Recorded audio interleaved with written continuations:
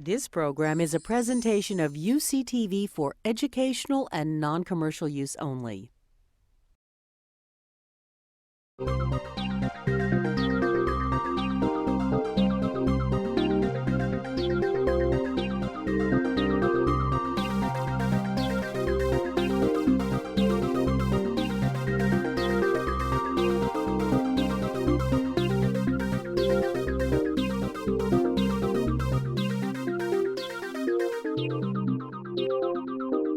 Welcome to A Conversation with History. I'm Harry Chrysler of the Institute of International Studies.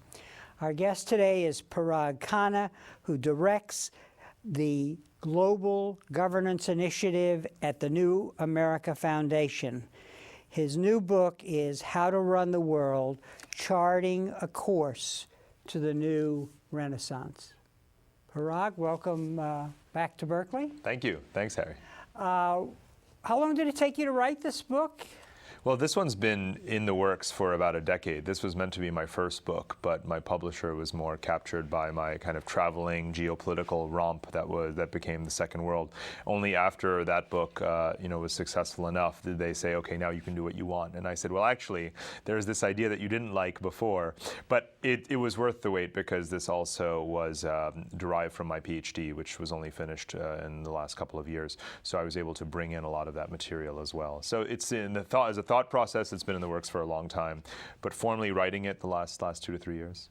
And let's remind our audience about the first book. It was really kind of a global tour of the emerging BRICS at that time. Well, BRICS plus 40, because it was really 45 countries that I traveled through for about 2.5 years.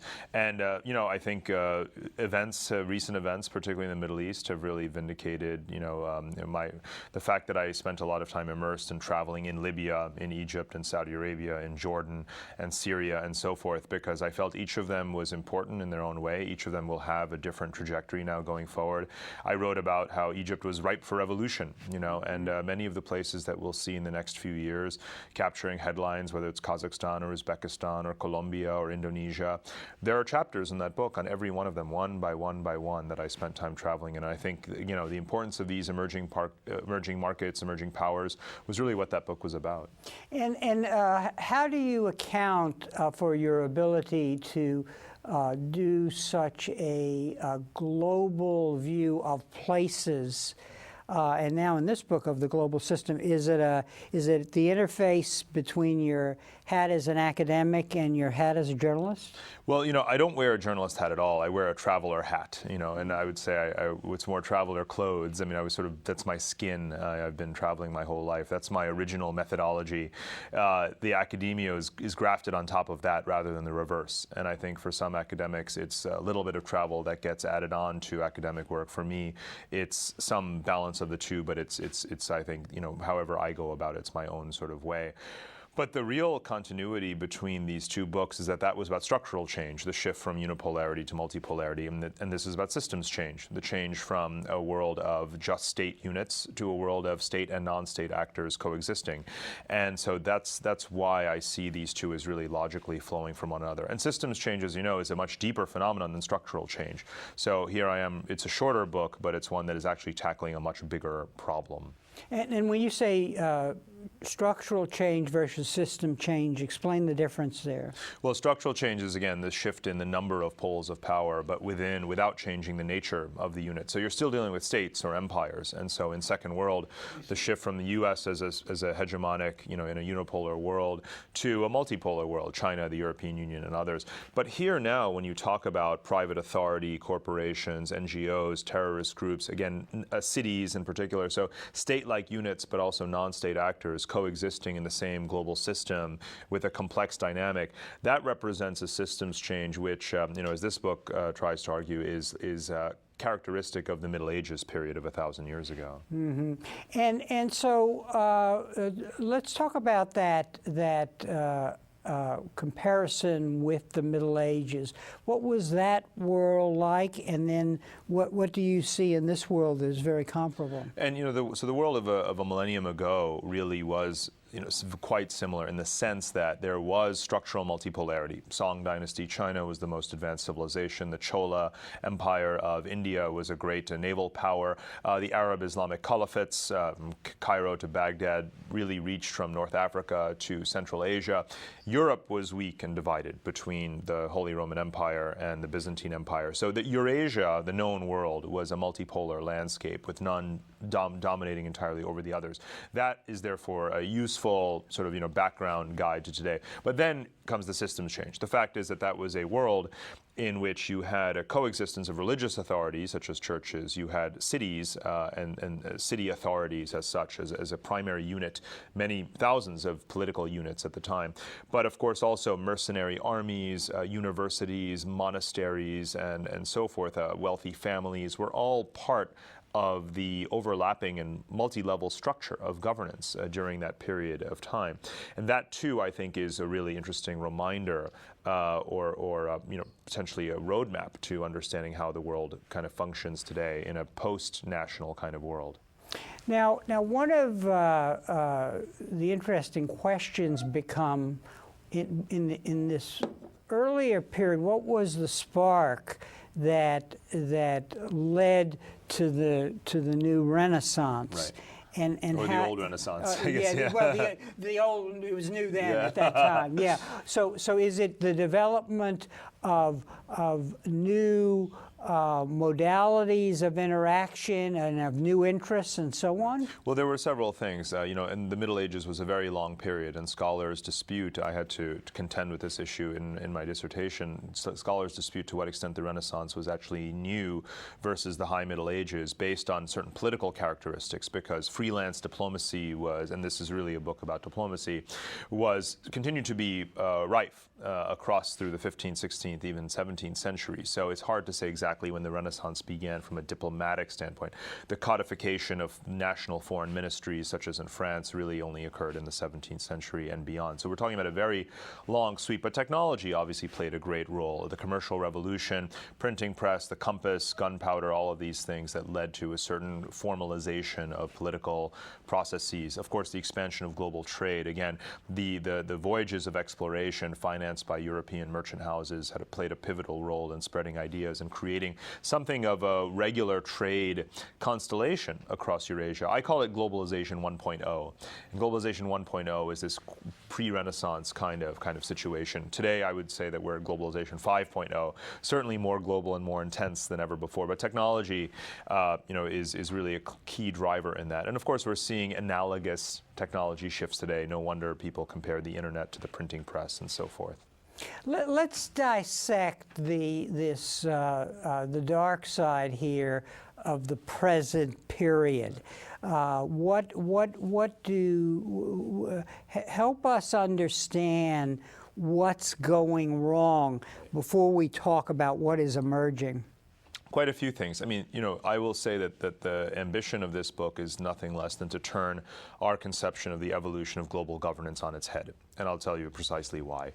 We have believed that since the rise of what could be called global management structures, from the Congress of Vienna in the early 19th century after the Napoleonic Wars, through the League of Nations after World War I and the United Nations after World War II, that evolution, loosely defined, in global governance is represented by an ever-increasing centralization of authority in international organizations and institutions that use a singular rule of law to govern international affairs. I believe the exact opposite, 180 degrees, again, on its head, is what is truly happening. And that is because of globalization. Globalization, as you know, is a force that decentralizes, not centralizes authority. It dissipates power and empowers local, far-flung units and actors. It does not centralize. So the motivations of most of the global governance field and community, both in academia and in the real political world, are really, quite frankly, the exact opposite of what is happening. And so my purpose or ambition is to sort of go with the flow. Say, what does decentralized global governance look like? Local governance, the sum of which becomes global governance. That's the approach that this book tries to take. And so let's go down this path of, does this help us understand why as multipolarity emerges, as the BRICS are a real presence, as American power, relative power is declining, that nothing is getting done because we're focused on what governments can do, what the hegemon can do, what a meeting of the BRICS can do, and so on? I would say there's two things. I mean, the first is that, yes, the diffusion of power towards rising powers enables stronger regional systems to develop. So an East Asian sphere of influence in which China is becoming a more dominant figure, Latin America under Brazil, something in the Arab world under Saudi sort of leadership. But the general trend towards regionalization, the African Union, the Union of South American Nations, this is a sign that we are diffusing power away from central hegemonic positions towards more regional constellations. So in that sense, it is part of the thesis. The second about collective problem solving being very weak is not only because great powers can't necessarily agree, such as the US and China on a whole raft of issues, but also that the collective resources represented by the world's governments and channeled through international organizations are quite meager to the task when it comes to climate change or poverty alleviation, or meeting the security challenges, counterterrorism, piracy, proliferation, and so forth. It's simply not enough. And therefore, that's where systems change comes in. You have to bring in the resources of these new actors, philanthropists, corporations, NGOs, you name it. Where is their role in this postmodern diplomatic architecture? They don't have a role in the formal multilateral diplomacy of the 19th and 20th centuries. And there has not yet been the creation of a 21st century diplomacy that is multi-actor. And one of the important points that you're making is that on the one hand, we have fragmentation, which leads to nothing happening at one level. If you use the concepts that focus on the state and international organization.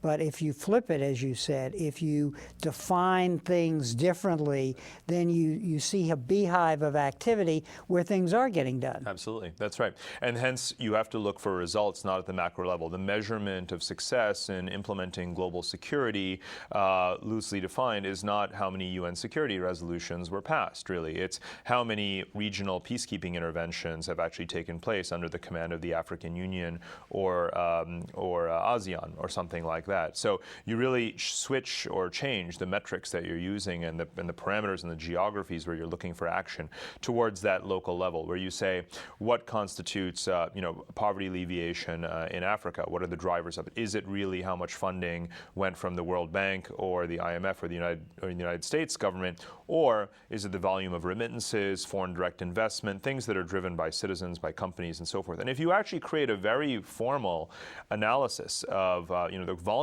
of capital that is delivered to frontier markets, emerging markets, poor countries, the LDCs, the volume of foreign investment and remittances far outstrips anything that is provided by multilateral agencies and development agencies. So why is it that we have this government bias, so to speak, when it comes to a very specific thematic challenge? And to me, I organize this book and my thinking thematically, because to understand what the governance mechanism or structure is on a given issue, you start with the issue, not with the institution, and then you derive the right diplomatic structure from that.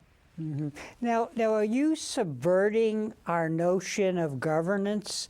Because at one level, you're explaining what's going on in the system. And then and further, you're explaining how the system works. But government has evolved as the best manager, in theory, of collective goods and accountability. Well, I think we've moved well past that, quite frankly. What I'm doing is extending and celebrating the work that actually goes back well over a decade that speaks to governance without government, or governance beyond government. And that is really, again, 10, 15 years, 20 years of literature. Wolfgang Reinecke, John Ruggie, and others that have said governance is the sum total or the intersection of public and private authorities that work in cooperation, collaboration. There's a whole field emerging around collaborative governance governance. And to me, that is the model that we should be striving for in a world where very few, if any, public institutions actually have the capacity to manage and provide the welfare, security, and so forth for their entire populations domestically or transnationally. So this is really building on and championing the notion of governance as a multi-stakeholder phenomenon, which it absolutely empirically already is. It is for theory to catch up with practice. Right. I think we need to be very clear about that, because this book is filled, hundreds of pages of examples of governance happening as a multi-actor phenomenon, and very few examples, such as there are in fact very few, of government alone solving problems. And that applies even in very strong states. That applies even in the United States, that requires so much corporate activity and investment to provide certain elements of what are traditionally considered government-sanctioned or provided welfare. That applies in the country of India, the second largest country in the entire world, which we think of as a strong state and a rising power, where so many public goods are provided by private actors. So if you look around the world, from security to welfare and other types of goods, you find truly that these are formed and delivered at the intersection of multi-actor types of networks. Now, what happens to the interests that are vested in the institutions that are still there, and actually, as they continue their practices, in some areas can work against the realization of this new governance you're talking about? Adapt or die is the quick answer, right? Because that is the whole history of institutional competition throughout the world. We tend to think that the UN, for example, will remain a central international governance mechanism just because it has been. Inertia dictates so much of our thinking. That's simply not true. There is competition from the G20, competition from regional organizations, competition from public-private partnerships organizations, the Clinton Initiative, the World Economic Forum. I have chapters on those actors and entities in this book. And so competition is well underway in these different functional and thematic kinds of domains. So that's already happening. Yes, of course, state actors have the power to thwart this, but they're also heavily invested in participating in it. My approach doesn't stem from a utopian notion that all actors need to collaborate towards a common understanding of collective ends or goods, because that's just the natural order of things. I see an intense amount of debate and argument and hostility in this. This approach emerges from a strong sense of suspicion. The suspicion is that governments don't, in fact, universally hold as their top priority the provision of welfare and security for their people. Very often they don't. I don't think the regime of Libya can be characterized in that way, nor of dozens of other governments. A suspicion that, however, and also an observation that not all companies are strictly focused on the bottom line and quarterly profits. One sees companies doing far more than that. And a suspicion that NGOs do more than just fill gaps. They, in fact, provide new models. So the fact that all of these actors have a right to justifiably actually be suspicious of each other falling short of their expectations, and a mutual monitoring mechanism that delivers a new kind of accountability is actually what I'm trying to get at.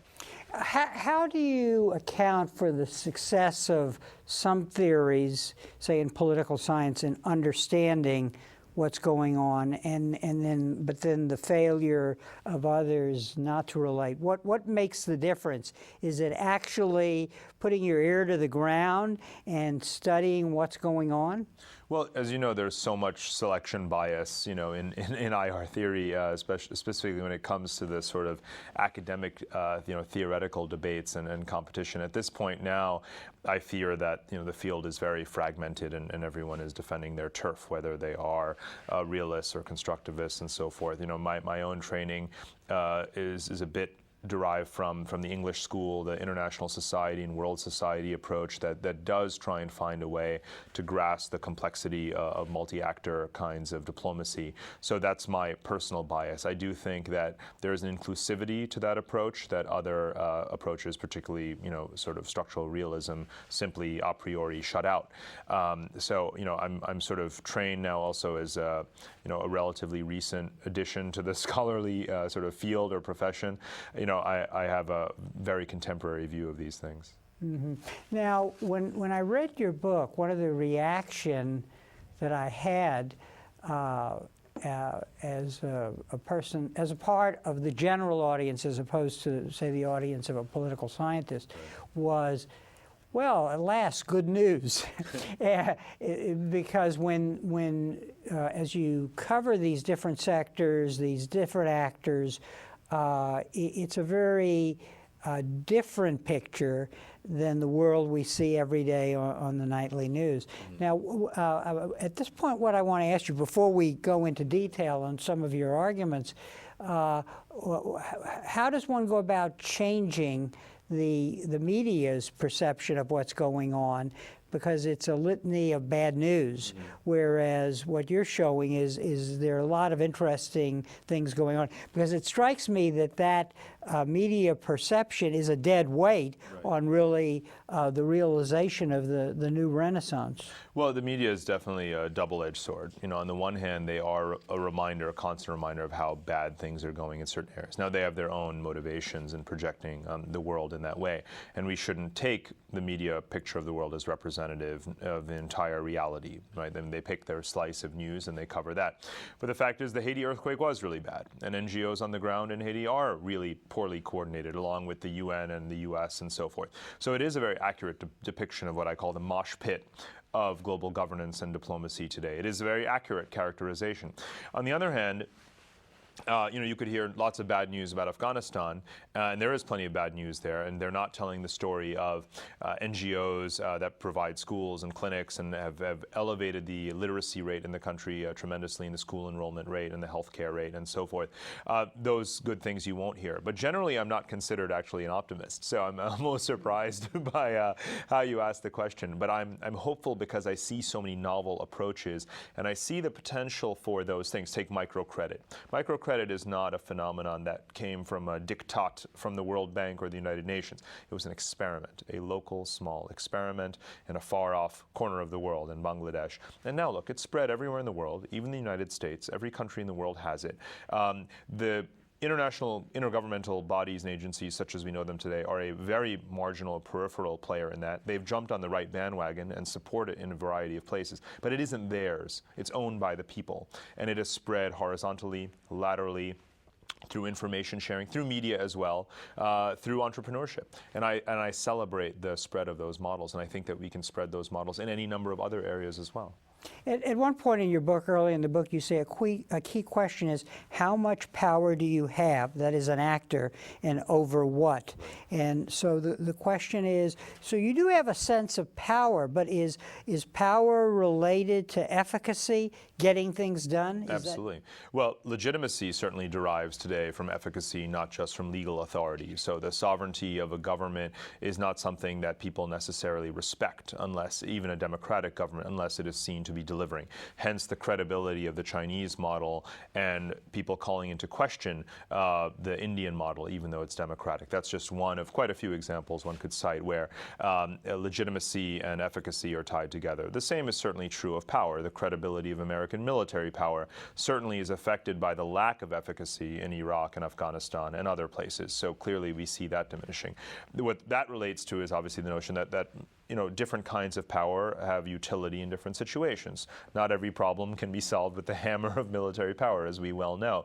And yet there still is, again, inertia being such a governing force in our psychology. There still is a sense that certain actors are more powerful because they have latent military power, even when that power is not at all relevant in a certain context. So I strongly dispute the extent to which one can make calculations of power without thinking about the context. And my goal here is to fuse those together as much as possible. A person who looks at government in the first instance might say, well, you have a Pollyannish view of the world because you don't take account, for example, of human greed, of the capacity of individuals to displace goals and focus on getting ahead to the detriment of the overall good. Talk about that. Oh, to the contrary. I mean, that's precisely my motivation, is the recognition that there are so many more self-interested actors in this matrix today, and that in fact they have to have oversight over each other so much more than has been the case in the past. And the fear, motivated by the fear that governments don't have the capacity to enforce what we think of as a nominal sort of regulatory environment over these private interests. So, in fact, that's deeply my concern, and I share that premise very strongly. What I'm trying to do is actually do something about it, not pretend that government capacity can magically improve or upgrade itself to the point where it is able to clamp down on, regulate, monitor all these actors. What I'm projecting is a framework in which there is a mutual monitoring that goes on and some amount of enforcement that derives from those collective instruments, because you can't really pretend that most of the world's governments have anything like the capacity of the United States or China or the United Kingdom or Germany. There are 200 countries in the world, and a lot of this book deals with, the other 150 countries, right, which is most of the world, that quite simply don't have anything like that kind of capacity. What governs life in those spaces and states and places? It is not government. It needs to be absolutely clear to everyone who sits in Berkeley or in the United States. Most of the world is not run like the United States. So one can't even speak of the state or the government at all anymore. So, one operative concept here is post-colonial entropy. And again, we see this at play across Africa, the Middle East, and South Asia today. What are we seeing if not the fragmentation, the dissipation, the collapse, the crumbling of states that were, artificial post-colonial constructions that over the last 3 decades, where government capacity has not met the challenges of populations that have quadrupled in size, that have not invested in infrastructure, that have not planned adequately for succession. None of those things have happened. I don't consider these states to be on par with the state in the theoretical or Western sense of the term. They're not, and we should accept that. So it really, again and again, this notion comes up in the book and in our conversation, getting beyond the weight of our concepts and institutions that are so the colonialists divide up the world, draw boundaries that don't respect the different peoples that find themselves on both sides of the border. Well, our maps don't capture things like the European Union, the single largest economic bloc in the world, despite its current, fiscal problems. It just doesn't capture that. It doesn't capture the private authorities that deliver the public services all across, again, the entire post-colonial world. So maps are simply inadequate. Physical, territorial, political cartography is inadequate to capture those vectors of power and those actors. And that's neither Pollyannish nor too postmodern. That's a factual observation of life in the world today. I don't think that, I think we do have to therefore move well beyond that. We have to be able to visualize and represent things like an emerging North American Union as an economic bloc. Of course, the Union of South American Nations as well, the African Union and European Union, as I mentioned. All of those things don't really show up on maps. We also have to be able to envision stateless groups much better, right? I mean, South Sudan was just born, Kurdistan, Palestine, Kosovo a couple of years ago, East Timor a decade ago. We're in the constant process of mutation of the map to represent actually much more tangible on-the-ground realities, and I am out to capture those. And you actually see the European Union as a model, and you say it's less about the union than the process Exactly. of Europeanization. Absolutely. Europeanization is perhaps the most important word that I can think of today to capture transnational governance in a stronger enforceable regulatory environment, one that creates a borderless political space, a common economic union, but also is a force for very concrete and measurable political change, political and economic and social change in societies that are not members even of the Union. So the 40, 50-year history of Turkey's relations with the EU, a large country that may never even join the EU, if you look at the changes, whether it is women's rights, political reform, economic reform, abolition of the death penalty, you name it, all of these things have happened largely due to European influence, even if that country never joins the EU. So Europeanization is more important than membership. That's just the icing on the cake. And you say in this, as you're laying out the new global architecture and the new global processes, you say the problem is implementing, evaluating, fixing, and spreading best practices. You need to load a new operating software onto our emerging global network. So it's process. Process is important. This book is called How to Run the World, not as a joke or as a throwaway line. The word run is the important word. Running, you run a business, you manage. It's a process. Diplomacy is a process and a constantly unfolding process. It isn't a static thing. This is not a book about conquest. This is not a book about domination. This is not called How to Rule the World. Running. And I wanted to step back and look at that process. And the common denominator is diplomacy and how diplomacy needs to be upgraded beyond a simple intergovernmental state-centric framework towards something that is much more multi-actor and multi-stakeholder. Let's explore that, because diplomacy is something that emerges in the old new Renaissance. Talk about that and what it offered at that time, and then where you're finding diplomacy today. Modern diplomacy emerged in the Renaissance. Diplomacy, as the joke goes, is the second oldest profession. It's been with us for millennia. And diplomacy has always taken place among authorities, not sovereignties. Well before we had modern international law and state sovereignty, we still had diplomacy, in which a process of mutual recognition among authorities. So a church, a city, a corporation, a mercenary army, you name it, a university. Universities participated in what was called the right of legation in the Middle Ages. They were recognized actors in this way. So the number of authorities has proliferated wildly. Millions of authorities. A corporation is a financial authority, right? University is a knowledge authority. All are participating in diplomacy today. And it is diplomacy. It's not track 2 diplomacy. It's not an add-on to diplomacy. It's not secondary diplomacy. It is the real thing, very much so. It is intergovernmental, interstate diplomacy that is one slice, 1/3 of what is diplomacy today. The other 2/3 are public-private relations, and the third is private-private relations. Private authorities negotiate with each other. When two corporations across borders form a merger, they've conducted a diplomatic exercise that shapes the economies of the states in which they reside, or choose not to reside, because we know so many corporations can relocate their headquarters and so forth. When Walmart, the world's largest retail company, the equivalent of the 21st largest state economy in the world, decides to form a partnership with an NGO, the Environmental Defense Fund, to green its supply chain, which is perhaps one of the greatest contributions that will be made to climate change in the next 20 years, certainly more than any treaty that I can think of. That is a relationship between two private actors. That is private diplomacy taking place. So there are 3 kinds of diplomacy, and the modern interstate form of diplomacy is just one of those forms of diplomacy. And what are the skills that make for successful diplomacy as diplomacy is spread, decentralized, and found in all kinds of places that our conceptual models say, well, oh, that's not diplomacy. You're saying it is diplomacy. Absolutely. And the number of what are called postmodern diplomats, those who have careers that span the public and private sectors, is really increasing. You find a number of people leaving government, joining the private sector, people from the private sector joining government, and so forth. So there's a lot of that going on. Now, the skill set.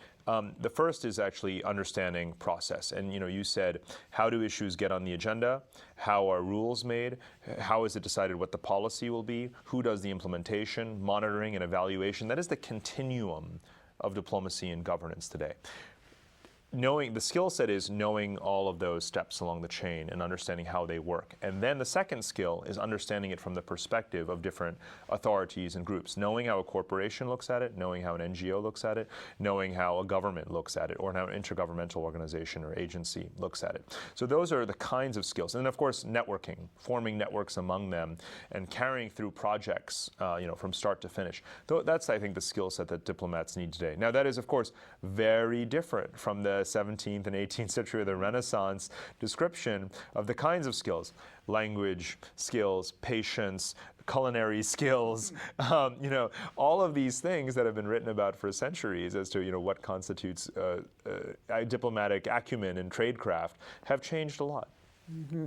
And interestingly enough, you have two figures in your book when you're talking about diplomacy, and one profile that you did that really stood out was Jean Monnet as a man ahead of his time, who embodied what you see is happening today in an earlier period. Talk a little about him and so on. Not only was he a wealthy private citizen who was a financier of European railroads and industry, but then in the post-Versailles period was an important architect of the League of Nations and supportive of the League of Nations as a lobbyist among governments. Then later on in his career took on the effort to recruit the United States into the World War II effort, and then eventually became really the architect of the modern European Union, or its precursor, with the coal and steel community. So he effortlessly, with great effort actually, but crossed public and private divides, but always towards a certain collective purpose or a vision. So in that sense, I consider him, a postmodern diplomat ahead of his times. The modern equivalents, people I write about a lot in this book, are, the George Soroses and Bill Gates and whatnot of the world, whom, if you think about who are the CEOs who we admire the most today, it is these individuals who don't just think about the bottom line, even though that's all they technically have to do. They spend lots of time in the White House, they spend lots of time overseas, they have a certain sense of public purpose. They know that they are a private authority that commands resources, and they use those resources towards a universally recognized good. And therefore they are respected as business people and as citizens and as contributors to global stability, all at the same time. A CEO who wants to be respected in that way today needs to simultaneously be a statesman and think of themselves in that way. And that's what Jean Monnet did. Mm-hmm. And another person you mentioned who actually was a diplomat, and Zalmay Khaled, and you have a great quote for him. Who is the ambassador in the age of the BlackBerry? And that's his own quote, yeah. He said that at the New America Foundation at an event that we hosted for him.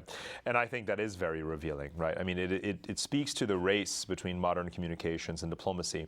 And this book actually begins with tracing or pointing to the number of times when people have declared the end of diplomacy or the death of diplomacy. When the first telegraph arrived at Whitehall in London in 1848, all the way through WikiLeaks. Because what have we heard with the WikiLeaks phone? It's the end of diplomacy, the death of diplomacy. Diplomacy never dies, right? Diplomacy is present. It will always be there long after the state withers away, or when there are some states and some non-states in a neo-medieval world. Diplomacy will always be there whenever we have interaction amongst these different authorities and communities. But diplomacy has to adapt to technology. And what Khaled Asaad is saying is, in this age of modern high-speed communications technology, everyone with a BlackBerry can go represent their interests. And that's exactly what's happening. And he is to be applauded for saying that, given that he has served very senior roles as an official diplomat, but no doubt is also someone who's a private authority in his own right. Wherever he goes, whatever he says, people read as a statement of influence, as something that he intends to do. And whether or not he has the backing of a government is almost not as important. It's interesting because if you take your conceptual framework and apply it to something like WikiLeaks, whether you approve it or not, I'm not addressing that question, then you can actually see it in a different light, because what you're saying is secrecy and diplomacy conducted by states is a phenomena that whose time has passed. We still need it. But the technology is changing the way information is stored, dispersed, and it's no longer possible to control that. And so by understanding the new Renaissance, right, you have a different reaction than if you're still in the medieval period of the Cold War. Well, I think that, again, technology is not eliminating secrecy and diplomacy among governments or among private actors and governments. We have diplomacy, we have secret diplomacy and secret dialogues all the time between our government and our corporations or other corporations. It's a very much a part of the process. If you had a WikiLeaks dump of cables coming out of France or Japan, would the content be what the American WikiLeaks content was? No. The content of the American WikiLeaks cables was largely political commentary and observation about political elites and interlocutors. If this were a Japanese WikiLeaks dump, it would all be corporate industrial espionage, because that's what their foreign policy is their commercial policy. The same is true of France, the same is true of Canada, the same is true of Britain, the same is true of Brazil, the same is true of India. Some of the most important powers in the world, much of their diplomacy is commercial diplomacy. We are a bit of an outlier in that sense. We have lots of commercial diplomacy, but the government doesn't necessarily oversee it all, and the government doesn't always need to actively promote it the way those other countries do through their state-sponsored sectors and industrial support. So, I don't see the state withering away. I don't see state diplomacy withering away. I don't see secrecy dying. I see them adapting in these many forms. I just see them being part of a much broader plurality. So in the light of your analysis, how do you think U.S.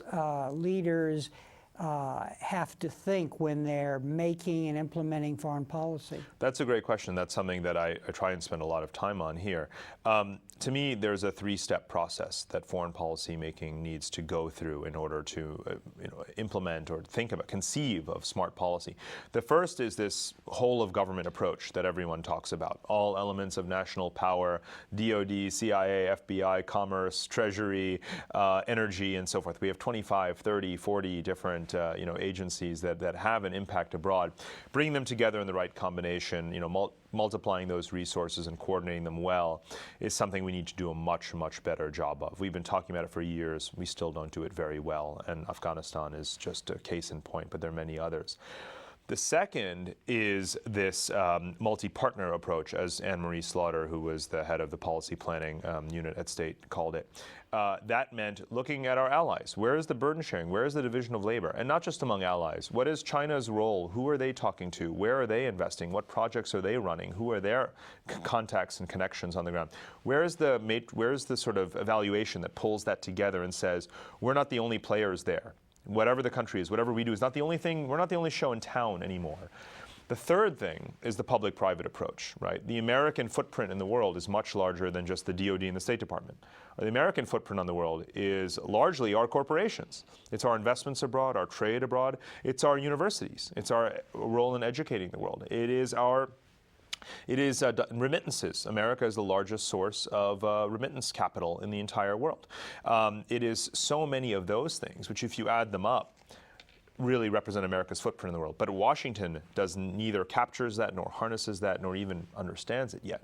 So those are the three steps that I think we need to go through if we want to have smart policy. Let's look at this question of security. And in your book, you are proposing that we have to look at regional actors to provide regional security. So let's take that notion and apply it to the Afghan war, the Afghan-Pakistan area, the relationship with India, and so on.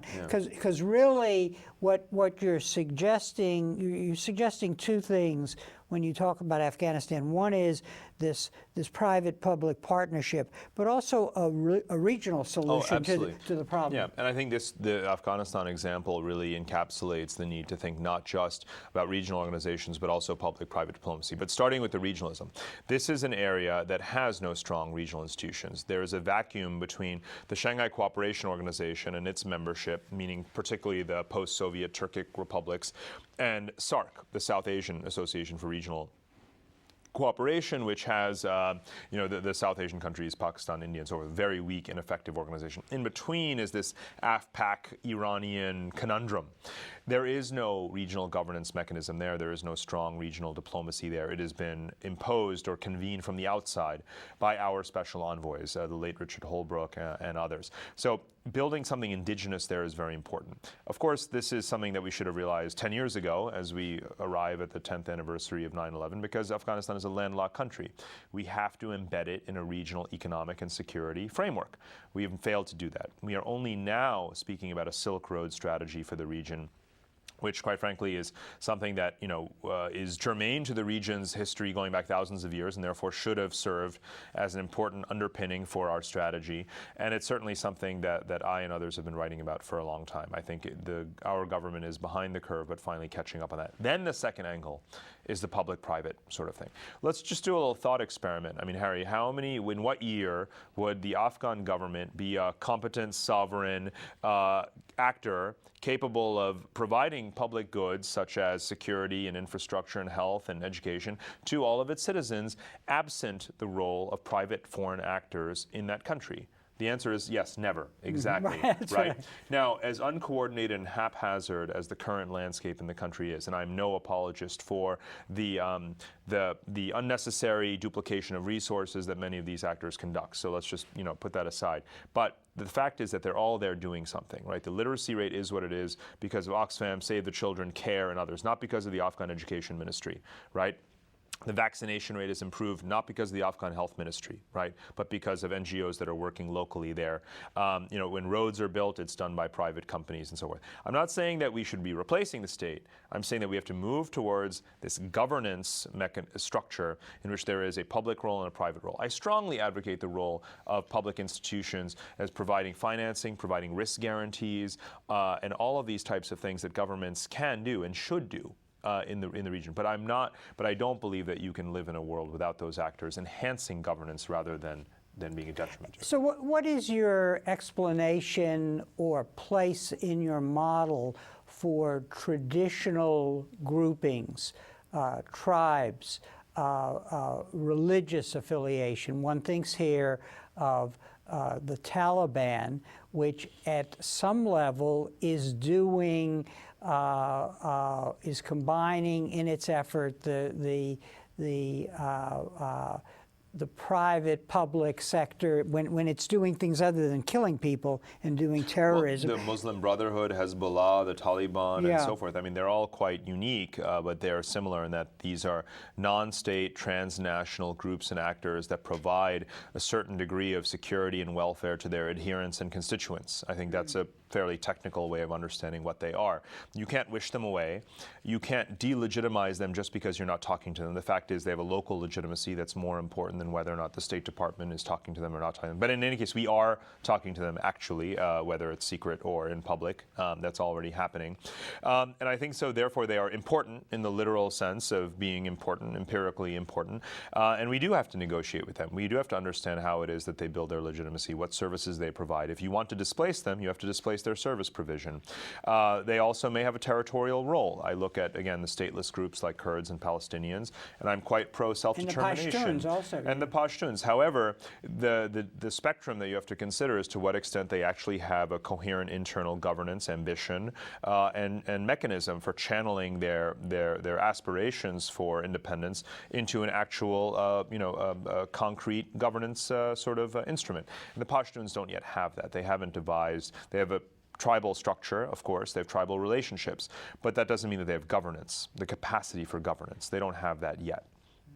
You I think, are saying again and again that what we have to do is support, find, and appreciate the mechanisms that allow global resources to be applied effectively in local situations. Absolutely, yeah. To me, the measure of a response to food crisis, right, such as we have had, is not how much money was pledged to a global food security fund managed in New York at the United Nations, not even remotely, right? To me, that's the antithesis of progress. To me, progress in food security is how much investment was made in improving the productivity of local agriculture so that there is a resilience to the local food economy, improving supply chains so that food that is grown can actually sell in diverse markets if there's an oversupply. It is creating food stocks and reserves at regional or local levels so that, again, if there is a food price spike, or at least this can mitigate price spikes, but also provide for people in those times of financial stress. All of those are local measures, national at best. Right? They are not global. We overuse the word global, Harry. We abuse the word global. People use the word global to latch on to security and terrorism or to climate change because that gets you money, that gets you resources, that gets you attention. 99% of the terrorism in the world is local terrorism, based on local political grievances.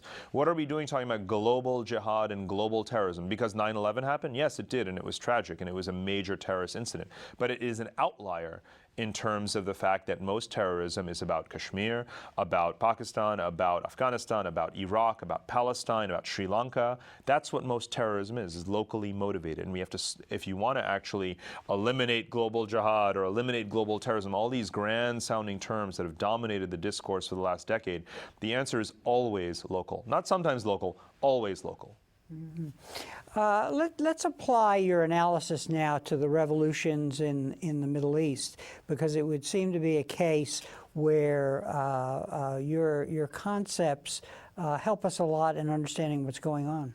Well, the first is this idea of post-colonial entropy, right? What's happening right now in the region is not just failed states or failing states. It's something much deeper. A failed state is the manifestation. It's the result. It's the end of a very long process. The deep trend is what I call this post-colonial entropy, the real dissipation and fragmentation of many of these countries that began with their independence 3 generations ago. So that is one way in which you need to understand, I think, what's happening today. The second is not to be wedded to the current cartography of the region. If Libya splits, so be it. You have to understand just how artificial a construction Libya is, and that applies to other countries in the region as well. Kurdistan and Iraq, similar outcome to me. So not to be wedded to arbitrary post-colonial borders is the second lesson. The third is, of course, the importance of regional organizations. The fact that the Arab League endorsed and was part of the deliberations over what to do in Libya is extremely important. So regional organizations stepping up and actually determining what their future is going to be within their zone or sphere, and the African Union is similarly important in that regard. Another way in which I think this public-private framework is important is, what do you do next, really, right? I mean, if you want to help Egypt, it's not just about a bilateral dialogue with the military about democratization. It's very important. But Egypt has 4 sectors into its economy: the Suez Canal fees, natural gas, textiles, and tourism. All of those are broken or hurt, other than the canal. That requires foreign investment. How do you enable, empower, incentivize corporations, entrepreneurs to move into that space and improve that infrastructure and build, physically construct a future economy for the country? That's not something that having lots of meetings at the State Department is going to solve. And so there's a whole set of public-private dialogues that need to take place in order to rehabilitate the country that is the most populous Arab nation. Mm-hmm. So we should not be looking for U.S. aid or a UN agency supporting the future of Egypt, but really what Egyptian entrepreneurs working, hypothetically, right, working with American entrepreneurs. It's not either or. It's both and. USAID has done things in Egypt that no Egyptian, or at least no Egyptian who's interviewed by Western media would appreciate, such as refurbishing the sewer system of one of the world's teeming megacities. That's pretty damn important. I'm very glad that USAID did that. But at the same time, United States aid as a package to Egypt has obviously largely supported the military rule of the country. That has clearly not been such a good thing. What we need to be doing is enabling entrepreneurship, so supporting local actors through a seed fund. OPIC, for example, the Overseas Private Investment Company, an arm of the U.S. government, has pledged $2 billion in investment guarantees. That means American companies can move in and build factories and hire locals and train them and improve management, all of these things. And that's something that the government is facilitating and enabling. So public-private, both and, not either or. Just look at one other thing, education, which I should have mentioned earlier. American universities have, since the 19th century, we've had the American University of Cairo, American University of Beirut. Look at the last 10 years. 30, 40 American universities have set up campuses in the heart of the Middle East at the peak of anti-American sentiment and antipathy towards American foreign policy. But people want American education, and it's having a tangible impact on local values, women's rights, governance, accountability, these kinds of things. And it's been done by private actors, by our universities. Again, another example of the need for public-private collaboration. What is the best way to channel and prepare students to channel their idealism to achieve effective results in this world that you're describing? Well, I mean, the first is to consider yourself a diplomat based on the cause that you represent, not who you work for, right? If you work for the Gates Foundation, you are a health diplomat. You are nothing less than that. You are no lesser a diplomat than someone who works for the Center for Disease Control or USAID, right? If you work for Oxfam, you're a development diplomat. If you work, in fact, in an investment bank that actually provides capital for retail banks in emerging markets, you're actually a very important financial diplomat. You are creating the conditions for there to be local entrepreneurship and growth by way of your capital investments. That's very important stuff that's going on. That's all diplomacy as well.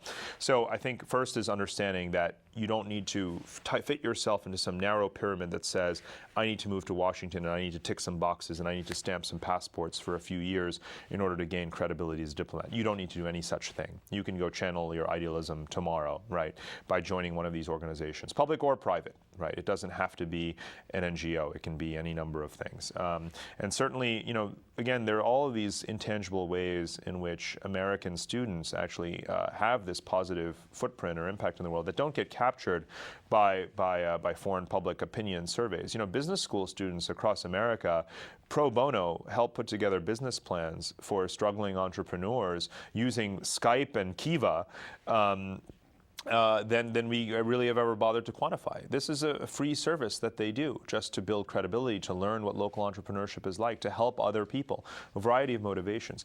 You know, there's traditional instruments like the Peace Corps. Go join the Peace Corps. People say those are the best ambassadors we've ever had, right? So there are so many things that I encourage young people to do. The first is certainly to travel abroad. And then finally, what do you see as the major one or two obstacles to moving forward to this new renaissance? The first would obviously be inertia, right? I mean, in just the way in which we think. The notion that government or international organizations are the de facto authorities and the legitimate authorities to implement what is a global sort of public agenda and global goals. That's just simply not true.